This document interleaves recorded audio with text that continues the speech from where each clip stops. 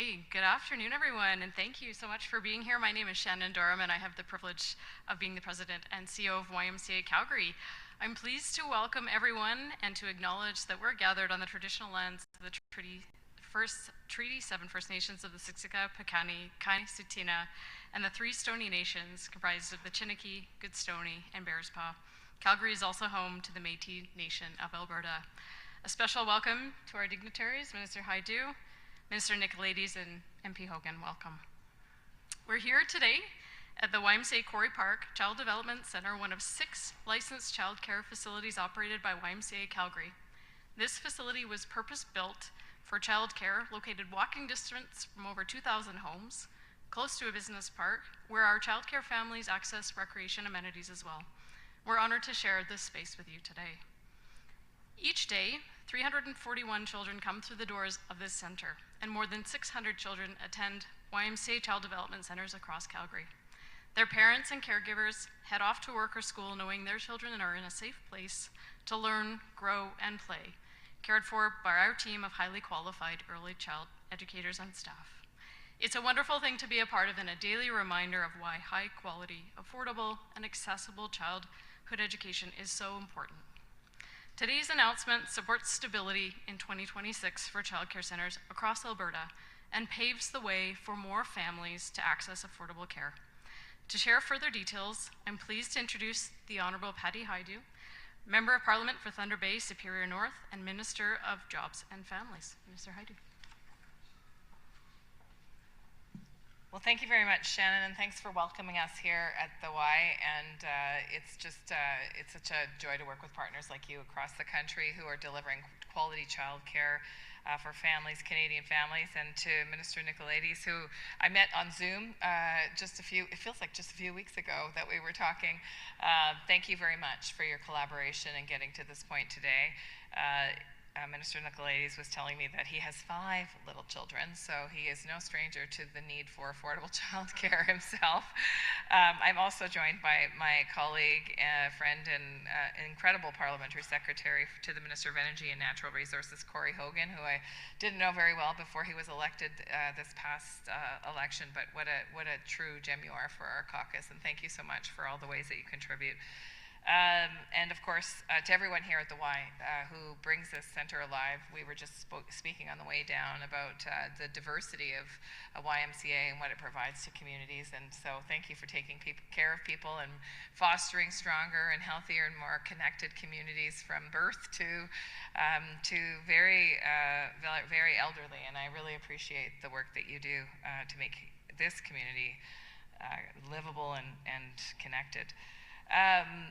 It's also wonderful to be here on the traditional territory of the many people that you recognized, and I will say that many of those folks in my previous work as Minister of Indigenous Services Canada I was very honored to work with, and so thank you again for recognizing that territory. It is wonderful to be here, and it's wonderful that we've been able to land on a 1-year extension to make sure that we can continue to provide affordable childcare for Albertan families. You know, this is something that is not just good for parents. Obviously, it's savings for parents, but it's also really good for kids. And we know that quality childcare actually helps kids accelerate their learning, make sure that kids are well positioned to learn well as they take those next steps into school. It also gives parents choice. Families, as I said, save thousands of dollars. It's not a perfect system yet, but I can tell you it's much better than nothing, which is what we had just a few years ago. Families of about 900,000 children are now benefiting from affordable and quality childcare. 8 provinces and territories are delivering regulated early learning and childcare for about $10 a day or less, while all other jurisdictions have reduced fees by 50% or more. And since November of 21, Alberta's announced about 51,000 new childcare spaces, which is a huge step towards their total goal of 68,700 spots. And effective January 1st, 2024, the Government of Alberta achieved an average of $15 a day for licensed early learning and childcare under the Canada-wide system, and then announced a fixed $15 a day fee in April of 2025. So the average savings in Alberta for families can be $7,600 for a licensed child per child for licensed childcare. So imagine that savings, $7,600. And I have to tell you that as a former single mother, I'm still a mother, you're always a mother, but when my boys were little and when I was first separated, in fact, it was affordable childcare that allowed me to continue to work. It also allowed me to continue my education and return to post-secondary education, and my children got quality care. And exactly as Shannon said, it's very hard to go to work if you're worried about the care of your child. And actually for me, prior to having access to subsidized affordable childcare in Ontario, it was a patchwork quilt of care. And it was often with unlicensed providers who were not trained to provide childcare. And that is actually very unsettling for families if they don't feel the sense of safety, that their children are in good spaces with qualified and educated early childhood educator providers. It can be very difficult to go back to work. It can be very difficult to stay at work. It can be very difficult to continue to learn if a person is in school. And I will also say that I have a huge gratitude for the ELCC educators that are doing this incredible work. I've been in this role as Minister of Jobs and Families, able to visit a number of early learning and childcare centers, and I have to tell you, the quality of people taking care of our children in this country is excellent. These are incredibly skilled professionals. They are there daily providing the kinds of learning opportunities and nurturing that our children need and deserve. So today, I'm very pleased to announce a one-year extension to our Canada-Alberta, Canada-wide and bilateral ELCC agreement until March 31st, 2027. This represents over $1 billion for this fiscal year.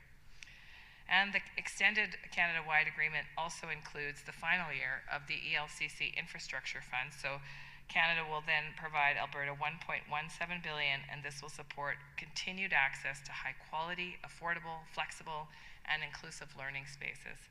It'll help maintain that $15 a day commitment that the province of Alberta has made to families. And in addition to more than $4.3 billion allocated under our initial early learning and childcare agreements, this is the next installment in a commitment and a long-term commitment of the federal government to do this work in partnership with the Albertan government. And so with today's announcement, I'm pleased to say that all provinces and territories have extended their Canada-wide agreements until at least March 31st, 2027. Chaque nouvelle place offre à plus de familles la liberté de décider comment équilibrer travail, études et vie familiale. For me, as a parent all those years ago, early learning and childcare was a game changer that promised affordable childcare and allowed me to continue both working and post-secondary education. And that sentiment is felt by parents all across Alberta. In fact, here's a quote from one Albertan parent who said, "Personally, as a parent, the program is life-changing. Without the program, when both of my kids were in care, the cost would have been over $3,000 a month. And when they were both there with the program, the cost was $1,300. Because of the program, we didn't go into debt for childcare." Another person said they were paying just under $1,500 a month when they first started, and the federal grant made a huge impact on their family. So we're talking about $3,000 a month. We are talking about somebody's mortgage. We're talking about all of the different activities that, as parents know, can cost families tremendously, and sometimes kids have to go without if parents don't have the access to those funds. The results show also a really good outcome for our workforce. And I like to say this is a really important economic policy that allows parents, in particular women, to take their full place in the workforce. And participation of working age mothers with young children in the labor force is nearly 80% as of October 2025, the highest it's ever been in this country. It also allows women who are in the midst of their careers not to lose that important career trajectory that allows them higher earning potential, allows them career development, and allows them to continue to maintain their own professional goals. So listen, I just want to acknowledge the dedication of Alberta in these negotiations, your commitment to this program, your commitment to affordability for families in Alberta, and your commitment to quality childcare and education that's going to help us raise the next generation of strong Albertans. Thank you very much. And I think I am now calling up Minister Nicolaides.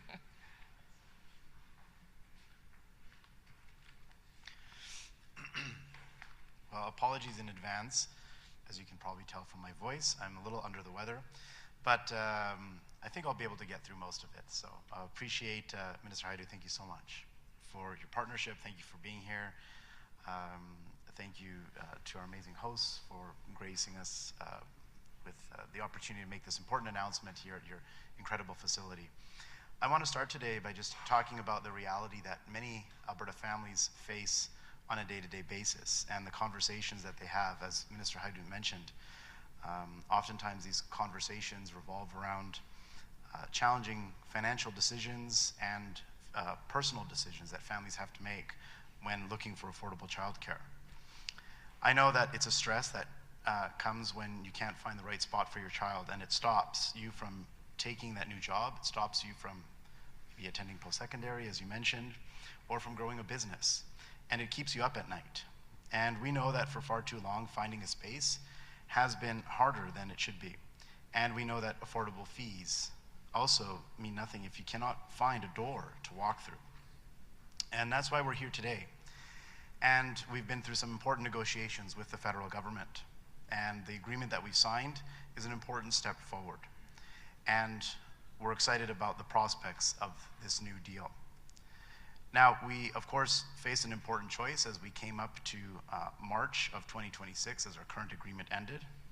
And we could have rushed into a long-term deal that maybe was not the best fit for Alberta, or we could try to find a temporary measure to continue our work to find a system that actually meets the needs of all Alberta families. And that's why this extension of the Canada-Alberta Childcare Agreement until March 31st, 2027 is so particularly important. It's an important bridge and a critical step to help ensure that we continue to advocate for Alberta families. Now, this extension is important because Alberta's a very unique place, of course. Our childcare system relies on a mix of providers. We have amazing nonprofit providers, such as the one that we're in right now. And we have thousands of incredible entrepreneurs who run private centers. And we have day home operators, many of which just down the street from your home and in your neighborhoods. And the challenge that we faced, of course, was some challenges and limits on some of these providers. And they may have inadvertently created wait lists in areas where we needed additional access. This extension today is not just about keeping lights on, but it's about fixing some of these challenges. First, we were able to work collaboratively with the federal government to negotiate for an additional 5,000 new spaces in for-profit centers. These are spaces in communities where options are sometimes extremely limited. Secondly, we've tackled some of the challenges associated with family day homes. Previously, spaces in family day homes was limited to approximately 14,000. With this extension, that restriction is now gone. And now more family day homes can open their doors, and more day homes can qualify for support. This means more flexible options right in our communities. And while we continue to work forward in improving access, we're also working to protect the financial situation of so many Albertans. This extension guarantees that fees will continue to stay low. For children, kindergarten age and younger, parent fees will remain at will remain at $15 a day. We continue to cover approximately 80% of the cost, and we continue to save parents and families about $11,000 a year per child. This stability is now locked in for an additional year. This extension proves a simple truth, that the Alberta government is listening carefully to the needs of parents and families, and we hear you loud and clear. You told us that affordability is important, but access is also as important. You told us you need spaces in your communities, regardless of the specific sign on the door. Operators, I heard from you as well. You spoke up. You told us that you want to grow. You told us that you want to serve your neighbors, and we've heard you loud and clear. And that's why these new changes will allow for an additional 5,000 new spaces in areas and communities that need them the most. And that's why we've also opened the door to more family day homes. Today, we're not just signing a piece of paper, we're reshaping the system to fit your lives. Over the next year, we'll keep listening to our operators, to our families. We'll take your stories forward and continue to work collaboratively together with the federal government to ensure a long-term deal that meets the needs of Alberta families and operators. It's now my pleasure to invite Shannon from the YMCA to provide her remarks. Thank you. Great, thank you, Minister Nicolaides, and thank you, Minister Hajdu, for your remarks as well. As the largest providers of not-for-profit childcare in the province, YMCAs in Alberta welcome this announcement. It is good news for children, it's good news for families, and for communities all across the province.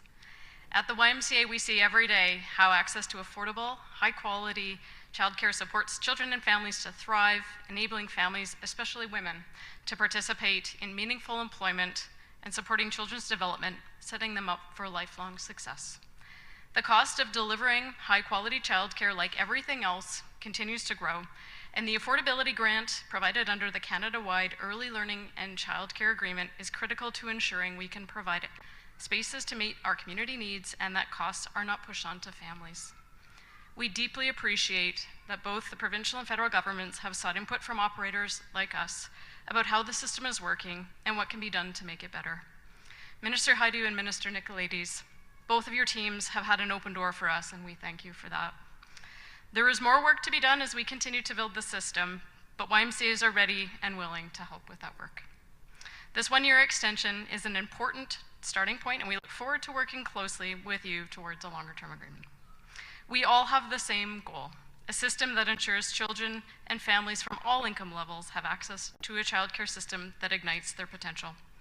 Thank you again for this announcement and for allowing us to host you this afternoon. So to close out the program, I'd like to call forward Mr. Corey Hogan, Member of Parliament for Calgary Confederation and Parliamentary Secretary to the Minister of Energy and Natural Resources. Please come forward. Thank you. Thank you very much. I appreciate it. I appreciate being here today. So hi everybody, and thanks again for the warm welcome. It's wonderful to be here. I want to start by congratulating everyone here who's collaborated with us to make today's announcement possible. Merci d'avoir en sorte que cela se produise. There's not much I can add that hasn't already been said, but I will say this. The Government of Canada is guided by the conviction that the economy is only truly strong when it serves everyone. And that's why we continue to protect the programs created to save families thousands of dollars every year. C'est là qu'on prend des services de garde abordables. It's tremendous to see how the Canada-wide early learning and early child care system is growing across the country and how many children are already benefiting from affordable, high-quality care. I mean, numbers are just numbers, but it's the generations we're nurturing for our country that are going to make an impact. They're going to make Canada more competitive, more caring, more compassionate, and this is freeing up choices for families. It's freeing up money for families, and it's allowing people to pursue their dreams. It is an absolutely amazing tool for families to invest in themselves. Ces programmes changent les choses et rendent la vie plus abordable. And as we talk about building big things across the country, as you know, we're talking about major projects and working in partnership with the provinces like Alberta and many others. The foundation of all that we do is childcare. Nous avons besoin de services de garde si nous voulons réellement bâtir un Canada fort. Encore une fois, merci à nos hôtes de leur accueil si chaleureux. Thank you so much again to our hosts for your warm hospitality, and thank you all for the role you play in helping create a bright future for children. So with that, I'd now like to open the floor to media, and we can take any questions you might have. Thank you, merci.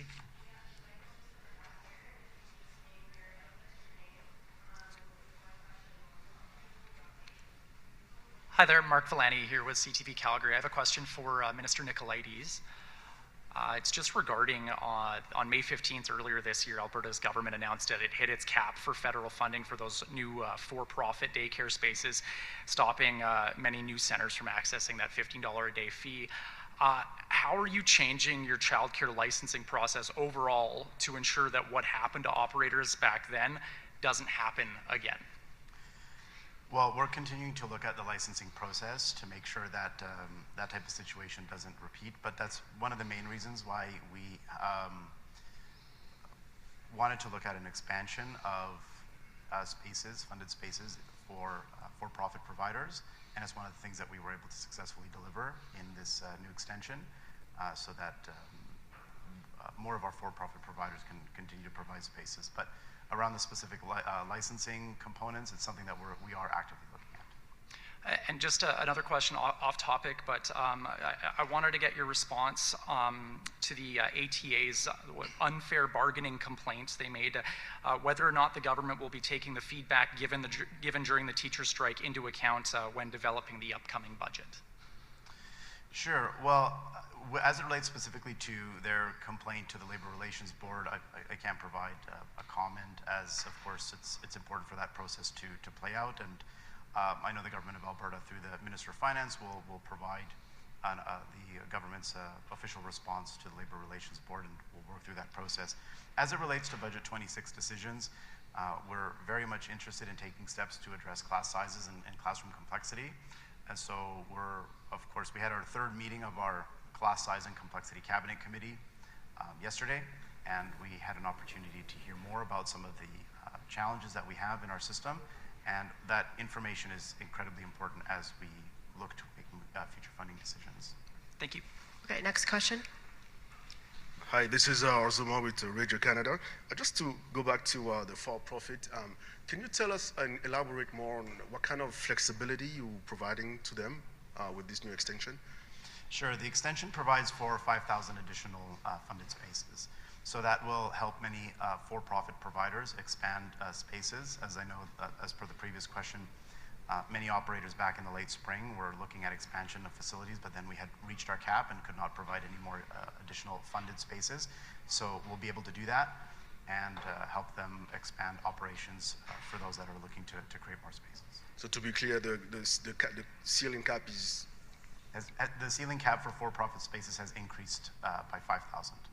Okay, all right. And what are some of the other points that you guys had to agree on in order to make sure that this one-year extension happens? I'm sorry, could you repeat the last part? Can you tell us more about what are the other aspects of this extension that you had to negotiate?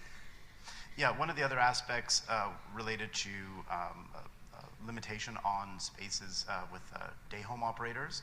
So we've been able to remove that limit of providing more funded spaces to day home operators as well, which will be an important step forward. And in addition, of course, as I mentioned, this one-year extension provides us with adequate time and space so that we can have more opportunity to work with the federal government and find a more sustainable long-term solution. I know that's something that's, of course, exceptionally beneficial to families, and we want to make sure that we're able to support families in the best possible way, recognizing the unique challenges and dynamics that we have in Alberta. Thank you. Next question. Hi there, Sarah Offen with Global News. I just wanted to ask you, Minister Nicolaides, please, about the removal of the subsidy. When this program first came in, we've been talking with families who say it's great, except I was almost completely covered by these subsidies, specifically for those, kids leading up to kindergarten. Is there any, consideration in terms of making some changes so that for single parents that have multiple children, that they can once again be able to afford those childcare spaces as well? Sure, not at this point, but always happy to have those conversations. Always happy to look at ways in which we can improve and we can provide programming and supports to parents in a way and families in a way that meets their needs. So no immediate plans, but always happy to listen and take any additional steps that we may need to. The only other question I wanted to ask was about the $15 that we're at, whereas we see on average other provinces and territories that have signed on are around that $10 a day mark. Can you sort of explain the disparity there, and are we trying to still reach for that $10 a day mark? Well, there's a couple pieces to that. I know, if memory serves me correct, Ontario averages about $19 to $22 a day. So I know that some provinces are finding some challenges in pushing towards a $10 a day.